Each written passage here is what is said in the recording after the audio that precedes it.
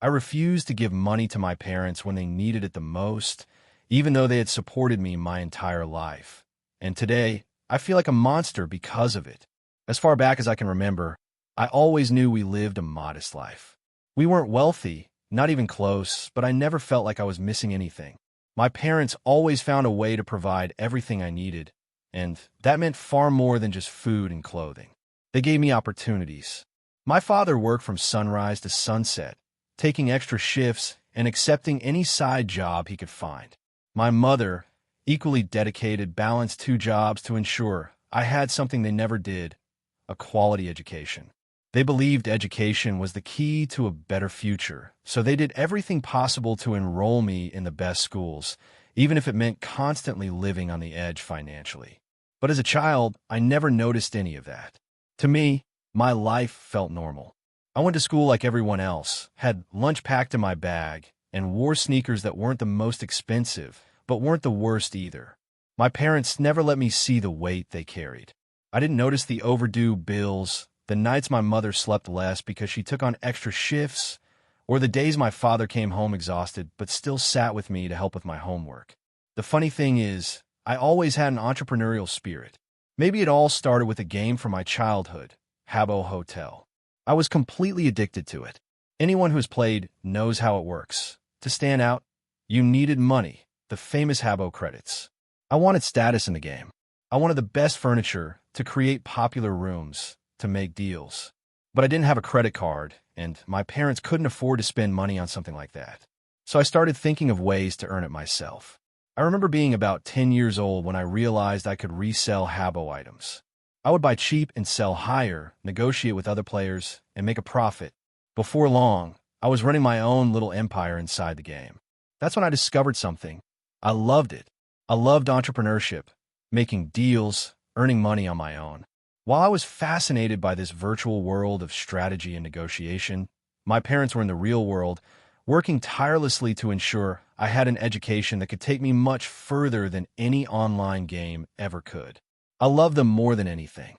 If I could have, I would have done something for them even back then. But for years, I never truly understood how much they sacrificed. They never showed me the burden they carried. But as time passed, reality finally caught up with me. And when I eventually reached a point where I could make enough money to repay everything they had done for me, what happened was the complete opposite of what I had always imagined. If I had to describe my teenage years in a few words, I'd say they were a mix of admiration, ambition, and ignorance. I saw my parents as heroes, people who always found a way, who always ensured I had the best opportunities, even when it was clear they couldn't afford it. I admired their strength, while at the same time believing the world worked in a much simpler way than it actually does. I didn't understand how hard it was for them to keep everything together. To me, it felt like they had some kind of superpower. Money appeared when needed, bills somehow got paid, and food was always on the table. It didn't matter if my father came home with red, tired eyes, or if my mother went days without rest. Everything seemed to work out in the end, and I never stopped to ask how. While they struggled to keep our lives stable, I became more and more fascinated with business.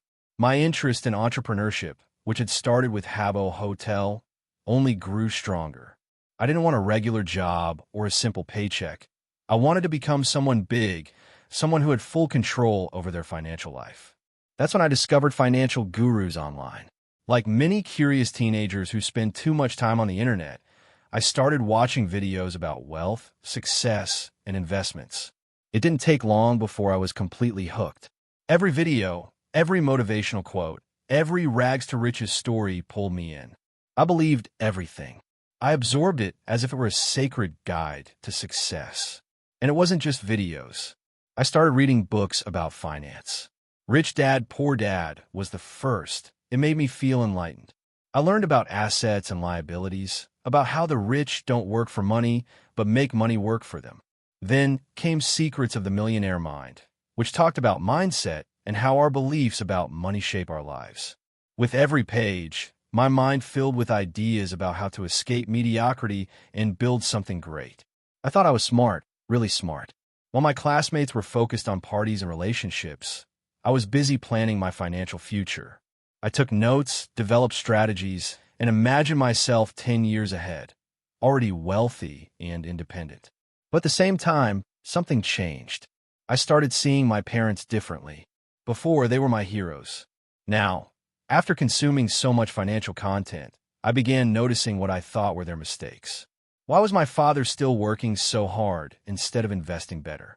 Why was my mother stuck in exhausting jobs instead of finding more profitable opportunities? Why weren't they reading the same books I was? It felt like I had discovered something they never had, and that made me believe they were making poor decisions. But I was just a teenager. A teenager who thought he was wise simply because he had read a few books and watched some videos. The truth, which I only understand now, is that I was naive. My parents weren't foolish. They weren't doing things wrong by choice. They were surviving. The real world doesn't work like finance books or motivational videos make it seem. It's not just about thinking like a rich person or investing wisely. People born into poverty face obstacles that those from comfortable backgrounds can never fully understand. But back then, I didn't see that. I knew my parents had financial struggles, but I never truly cared. To me, it was just another phase. I believed they had everything under control. After all, they always had. I had never lacked anything. So why should I worry? I remember seeing my father sitting in silence, staring at the bills on the table. I noticed when my mother seemed more exhausted than usual after a long day, but I never asked if they needed help. I never tried to understand the burden they carried, because in my teenage mind, money was simply a matter of mindset, and if my parents were always struggling, then maybe the problem was how they thought about money. Today, that thought embarrasses me. I didn't realize my mother was sacrificing her own health just so I could continue attending the good school they had chosen for me. I didn't notice that my father was wearing himself down more and more each year from all the heavy labor. I didn't see that they were slowly sinking, all to give me a better future. And I, at the peak of my teenage arrogance, believed they just weren't thinking about money the right way. It's difficult to admit this now. Back then, I only cared about my own plans. I wanted to be rich, successful, independent. My parents, they could keep figuring things out, just as they always had. It took me years to understand how blind I was. But at the time, I was still fully committed to my dream of entrepreneurship, convinced that I knew exactly how the world worked. And while I was preparing for my great journey toward success, my parents continued living one day at a time, carrying a burden I would only come to understand much later. That's when my life took a drastic turn.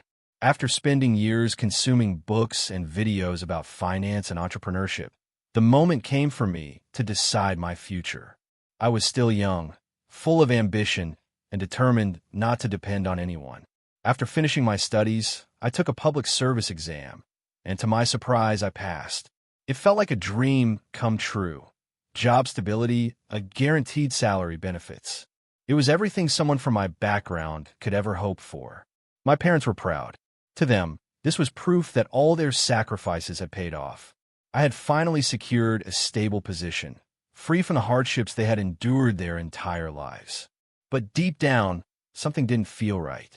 The truth was, I didn't want stability, I wanted freedom. I wanted to put into practice all those entrepreneurial ideas that had been growing in my mind since childhood. Being tied to a fixed job with a salary cap felt suffocating. The longer I stayed, the more I felt like I was wasting my potential. So after several months, I made a decision that many would consider reckless. I quit to start my own business. My parents were surprised, but they didn't criticize me. They simply asked if I was sure. And with the arrogance of someone who believes they know everything, I confidently said yes. I explained that I was tired of depending on a fixed paycheck and wanted to build something of my own, something big. And they supported me. Even though they didn't fully understand what I was trying to do, they stood by my side. At first, I was full of confidence. I invested all my savings and launched a small business. I was convinced that, armed with the knowledge I had gained from books and financial gurus, I would soon turn this project into a thriving company. But reality hit me hard. Entrepreneurship wasn't as easy as the books made it seem. The market was ruthless. Customers didn't come as expected, and expenses were far higher than I had anticipated. Within months, my business began to sink. I tried everything. I cut costs, searched for ways to increase revenue, experimented with different marketing strategies, but nothing seemed to work. Each month, money became scarcer, and the bills kept piling up. And yet, my parents never stopped supporting me. They saw my frustration. They saw that I was on the verge of failure, but they never once discouraged me. Instead, they kept reassuring me. Every time I came home feeling defeated, my father would say, "Everyone who succeeds goes through struggles first. Don't give up now." My mother would comfort me, telling me everything would work out, that I just needed to keep pushing a little longer. They stood by me, believing in me, encouraging me, while I didn't even realize they were drowning in debt themselves. It was only when I started paying closer attention that I noticed something strange. Despite working for so many years, even earning enough to maintain a basic level of comfort, my parents were always in debt. No matter how much money came in, they could never seem to get ahead. And with all the arrogance I still carried, I decided I was going to help them. After all, hadn't I read all those finance books? I knew about investments, budgeting, and money management. I felt entitled to give them advice, as if I had discovered truths they had somehow missed. So I started giving them financial advice. I told them to stop spending money on unnecessary things, that they needed to invest smarter, avoid installment payments, and cut down on frivolous expenses. I spoke as if I had all the answers, as if their struggles were simply the result of poor financial decisions. What I failed to realize was that I myself was going broke.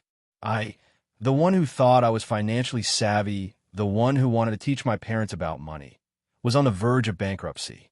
I preached financial intelligence while my own business was collapsing, and that was when I finally saw the truth. My parents' problem was never just about money.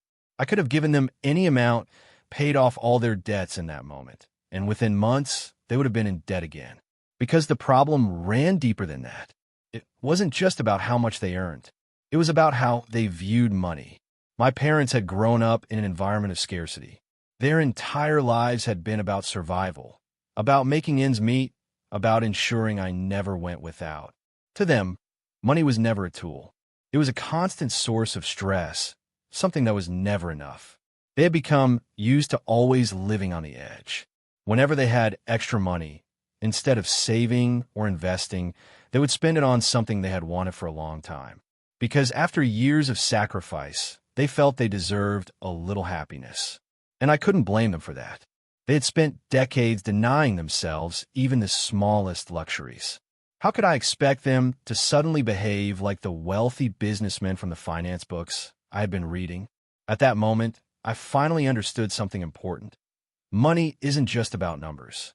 It's not just about cutting expenses or making smart investments. Money is tied to emotions, to fears, and to deeply rooted beliefs.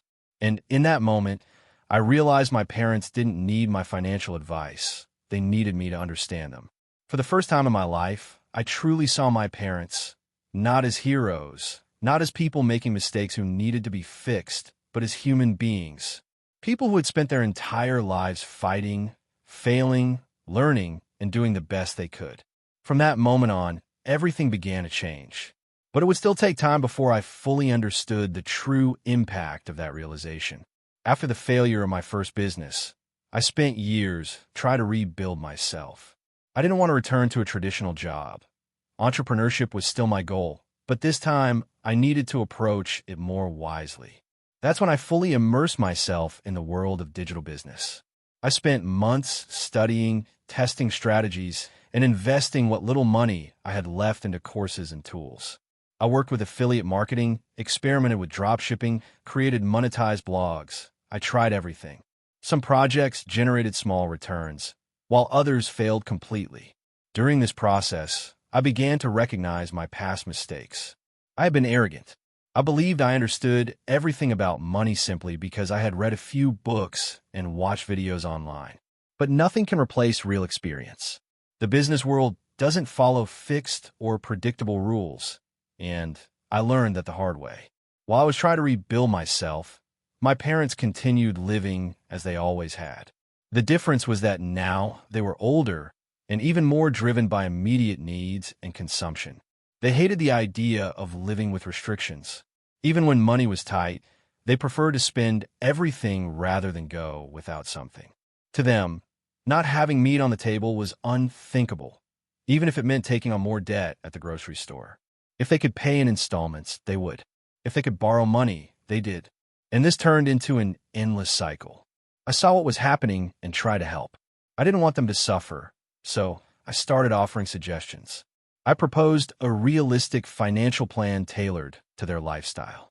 I showed them how they could save without sacrificing everything, how they could reduce small expenses and gradually climb out of debt. But every time they saved in one area, they spent more in another. If they managed to lower their electricity bill, they would use the savings to buy something unnecessary. If they avoided taking a loan one month, the next month they had already taken another. It was frustrating. I tried talking to them, explaining, showing numbers, but it felt like talking to a wall.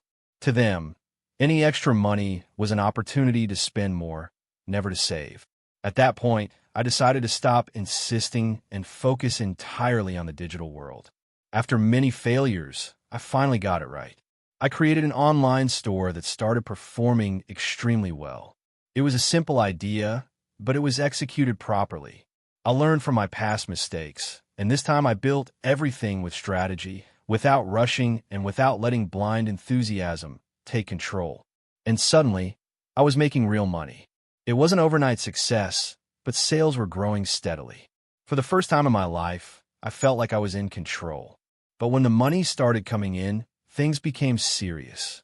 My parents, who had struggled financially their entire lives, saw my new reality, and they began to look at me differently. And that's when everything started to change. After that conversation, something shifted. My parents kept saying everything was fine, that they understood my decision. But in the small, everyday interactions, I could feel the difference. The phone calls became less frequent. They no longer share their problems with me as openly as before. Whenever money came up in conversation, there was an uncomfortable silence, like an invisible barrier had formed between us. I wanted to believe it was just my imagination, that nothing had really changed. But the truth was undeniable. Something in our relationship had cooled. There were no arguments, no direct accusations, but things simply weren't the same anymore. And even though I kept telling myself that I had made the right choice, the guilt kept growing inside me. I started to question whether I was being selfish, whether I was abandoning my parents after everything they had done for me. They weren't bad people. They weren't reckless out of ill intent. They had simply spent their entire lives trapped in a cycle of debt and constant expenses because that was the only way they had learned to survive. And now, after all the financial stability I had worked so hard to build, I was refusing to help them. Every time I saw them, I noticed how much older they had become. My mother no longer had the same energy, and my father moved more slowly, weighed down by exhaustion. That only made my guilt heavier. But at the same time, I knew that if I gave in, if I started paying their bills, if I bought a house in my name for them to live in, I would never escape that situation. Because this wouldn't be temporary help. It would become a pattern, one that would turn into a lifelong responsibility. Deep inside, I felt anger, not toward them, but toward the situation itself. Why'd it have to be like this? Why were there people who could live their lives freely without carrying the financial burdens of their families, while I had to choose between my own stability and my parents' well-being? It was a constant internal battle. With each passing month, my business grew. I was earning more money than ever before. I could afford luxuries I had once only dreamed of. But all of it came with a bitter feeling, as if I were failing in the most important way. Because what was the point of success if I couldn't use it to help the people who mattered most to me? But at the same time, what was the point of helping if it meant sacrificing my own financial future and repeating the same cycle I had fought so hard to escape? It was a question with no clear answer. And while I struggled with these thoughts, my parents slowly began to drift away. Not in an obvious way, not through arguments or conflict, but through silence. A silence that hurt more than any accusation ever could. With my store growing and my finances becoming stable, I decided it was time for the next step in my life. I wanted to expand my business, invest in physical locations, and most importantly, moved to a new city to live the life I had always dreamed of. I had worked too hard, failed too many times, learned too much, and now I wanted to enjoy this new phase with greater freedom. During a phone call with my parents, I told them about my plans. I explained that I was moving, that I wanted to invest in new opportunities and build something even bigger. They listened carefully, without interrupting. But at the end of the conversation, the inevitable question came up. "And the rent here?" my mother asked cautiously. I had expected that. Until now, I had been paying their rent. Not because I was obligated to, but because I could afford it without hurting my finances. But with my move, I didn't want to keep paying two unnecessary rents. I knew that would create a precedent I didn't want to set. So I was honest. I explained that it didn't make sense for me to keep paying if I wouldn't be living there anymore. I told them I wanted them to learn how to manage their money without relying on me. If it weren't for my business, how would things be today? I asked. There was a pause on the other end of the line. My father took a deep breath. My mother stayed silent for a few seconds before replying, "We understand." Then they changed the subject. But I knew that everything was not fine. They didn't say they were hurt. They didn't create a scene. But I could feel that the conversation had been difficult for them. After I hung up, I just sat there, lost in my thoughts. I worried about them. That's why I kept bringing up financial conversations. Not out of coldness, not out of selfishness, but because I knew that if they didn't learn to control their spending, their situation would never change. And I didn't want to carry that burden forever. I had no intention of committing to a permanent, monthly financial responsibility. I knew that once I started, I would never be able to stop. Even if they never asked directly, the expectation would always be there. But at the same time, I felt like a monster. Saying no wasn't easy. Watching my parents grow older and choosing not to take on their financial burdens wasn't easy. Even though I knew my decision was rational, even though I knew I wasn't wrong, it still hurt. Because this is the reality of being the first in your family to have money. There is no guide, no example to follow. I was the only one who had managed to break out of the cycle of debt and financial struggle. And now, I carried the weight of deciding what to do with that position. And it hurt, because deep down, all I really wanted was for things to be different. I've been carrying this guilt for a long time. No matter how much I try to ignore it, it always comes back. So today, I decided to write this, hoping someone might offer a different perspective. I refused to give my parents money. Not because I couldn't, but because I knew that if I started, I would never be able to stop. Because I understood that their problem was never truly a lack of money, but rather the way they had always lived. But at the end of the day, does that even matter? My parents spent their entire lives sacrificing for me. I never lacked anything. They always made sure I had the best opportunities, even if it meant living with financial struggles themselves. And when I finally had the chance to give back, I said no. Not because I wanted them to suffer, not because I am ungrateful, but because I knew that if I took on that responsibility, my money would never be just mine again. It would become ours. And I would never be able to say no without feeling the way I do now. I see them getting older, and I wonder if I'm doing the right thing. If I were a good person, wouldn't I just pay for everything? Shouldn't I make sure my parents have a comfortable retirement, free from financial worries? Shouldn't I give back everything they did for me? But at the same time, if I did that, wouldn't I just be reinforcing the same cycle? If I paid all their bills, bought them a house, or sent money whenever they needed it, wouldn't I just be creating dependency instead of truly helping them? People say that when you're the first in your family to make money, this kind of burden comes with it. But no one tells you how much it hurts. No one warns you that you'll feel guilty every time you say no. No one tells you that you'll lose sleep wondering whether you're being rational or just cold and selfish. No one explains that having money doesn't only mean freedom and comfort. It also means carrying the invisible expectations of those who have lived in financial scarcity their entire lives. And the hardest part? My parents have never demanded anything. They've never tried to guilt me. They've never thrown their sacrifices in my face. And maybe that makes it even harder. If they had shouted at me, if they had been ungrateful, maybe it would be easier. Maybe I could just walk away without looking back. But they didn't. They simply accepted it. They say they understand.